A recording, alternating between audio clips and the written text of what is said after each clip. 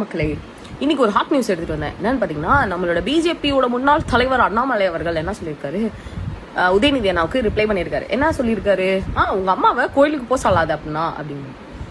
ஏய் தத்தி, என்ன சொல்லி திட்டுறதுன்னு தெரியல. உங்களுக்கு எல்லாம் புதுசா கெட்ட வார்த்தை கண்டுபிடிச்சுதான் திட்டணும் போல. அதெல்லாம் தனிப்பட்ட விருப்பம், தற்குறி.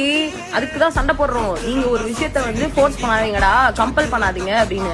சரிடா எப்பா, நாங்க சனாதன தர்மத்தை எதிர்க்கவே இல்லடா, நாங்க அக்செப்ட் பண்ணிக்கிறோம்டா, ஓகேவா. நாங்க சனாதன தர்மத்தை கோயில் கட்டி கும்பிடுறோம், ஓகேவா. பட் எங்க பசங்களும் ஹிந்தி சான்ஸ்கிரிட் எல்லாமே படிக்கட்டும். ஆனா எங்க பசங்களை நீங்க கோவில எப்படி சொல்றது, கருவறை அதுக்குள்ள அர்ச்சனை பண்ண நீங்க அலோவ் பண்ணணும், ஓகேவா. அவங்க பூஜை பண்ணணும், நாங்க எல்லாருமே உள்ள போலாம். இதுக்கெல்லாம் ஓகேவான்னு சொல்லுங்க. இது இந்த ஒரு சில கோவில்கள் எல்லாம் அர்ச்சகர்கள் இருக்காங்க. நான் சொல்றது முக்கியமான கோவில் எல்லாமே தஞ்சாவூர் பெரிய கோயில், அப்புறம் சிதம்பரம் நடராஜர் கோயில், அப்புறம் ஒரு சில முக்கியமான கோயில், முக்கியமா இந்த பெருமாள் கோவில். இதுலலாம் எங்க பசங்க எல்லாருமே சேர்ந்து அர்ச்சனை பண்ணணும், லைக் பூஜை பண்ணணும் கருவறைக்குள்ள போய். இதுக்கெல்லாம் உங்களுக்கு ஓகேவான்னு சொல்லுங்க.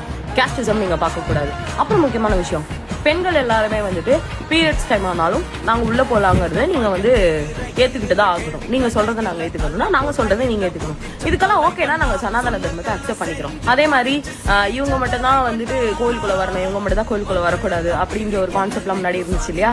அது இப்போ ஒரு சில இடத்துல இருக்கு. அதெல்லாம் ஸ்டாப் பண்றேன்னு சொல்லுங்க, நாங்க அக்செப்ட் பண்ணிக்கிறோம். அதே மாதிரி ரீசெண்டா கூட கோயம்புத்தூர்ல ஏதோ உங்க ஆஃபீஸ் பக்கத்துல தான் யாரோ ஒரு லேடி வந்துட்டாங்கன்னு சொல்லிட்டு உங்க கட்சியை சேர்ந்தவங்க மஞ்சள் தண்ணியை ஊத்தி விளக்கமாத்தால கூட்டிக்கிட்டு இருந்தாளுங்க. என்னன்னு போய் கேட்டதுக்கு தீட்டாயிருச்சு, அவன் வந்தானா அவளை என்ன பண்ணுவோன்னு எங்களுக்கு தெரியாது அப்படின்னு சொல்லி பிரச்சனைலாம் இன்டர்வியூ கொடுத்துருந்தாங்க.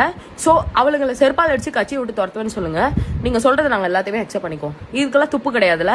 இதுக்கெல்லாம் துப்பு இருந்துச்சுன்னா இந்த மாதிரி அடுத்தவங்களோட தனிப்பட்ட விஷயத்த பேசுறதுக்கு ஒரு மாநில முன்னாள் தலைவரா, அதாவது பிஜேபியில நீங்க ஒரு மெம்பரா நீங்க தாராளமா பேசலாம். நீங்க கேட்கறத நாங்க கேட்டுக்கிறோம். பட் இந்த மாதிரி கிறுக்குத்தனமாலாம் பேசக்கூடாது, புரியுதா?